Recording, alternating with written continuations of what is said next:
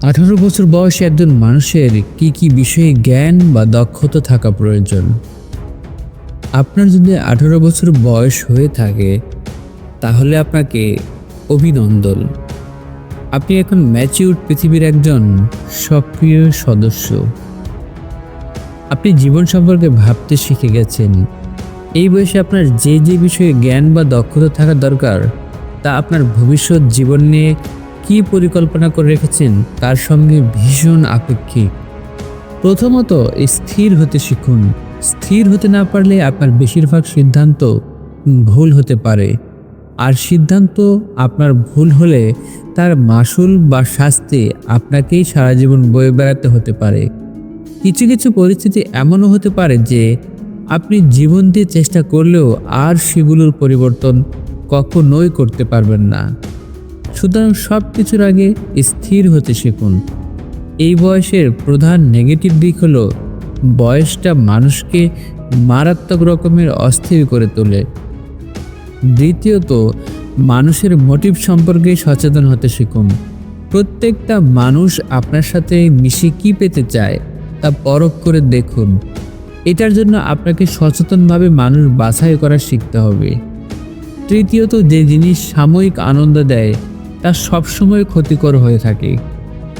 এই বিষয়ে আপনাকে বদ্ধমূল ধারণা পোক্ত করে নিতে হবে, আর তার জন্য আপনাকে চেনা শিখতে হবে কোন জিনিসগুলো আপনাকে সাময়িক আনন্দ দেয়।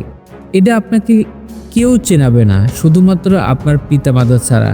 তাই নার্ভের প্রখর শক্তি দ্বারা এই সাময়িক আনন্দ দানকারী জিনিসগুলোকে চিনতে এবং শিখতে হবে।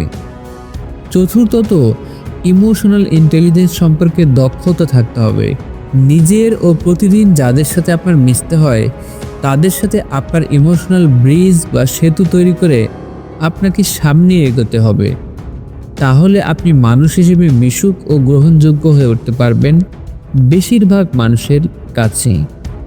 পঞ্চমত, দক্ষ ও যোগ্য লোক যদিও তারা আপনার শত্রু হয়, তারপরেও তাদের সান্নিধ্যে থাকার বা যোগ্যতা অর্জন করার জন্য চেষ্টা করতে হবে।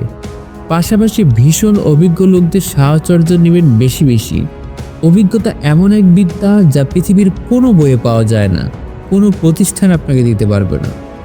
ষষ্ঠত, কী করছেন, কেন করছেন ও কিভাবে করছেন, এই তিনটা প্রশ্নের উত্তর সম্পর্কে সবসময় আপনার নিজের কাছে নিজে ক্লিয়ার কনসেপ্ট থাকতে হবে।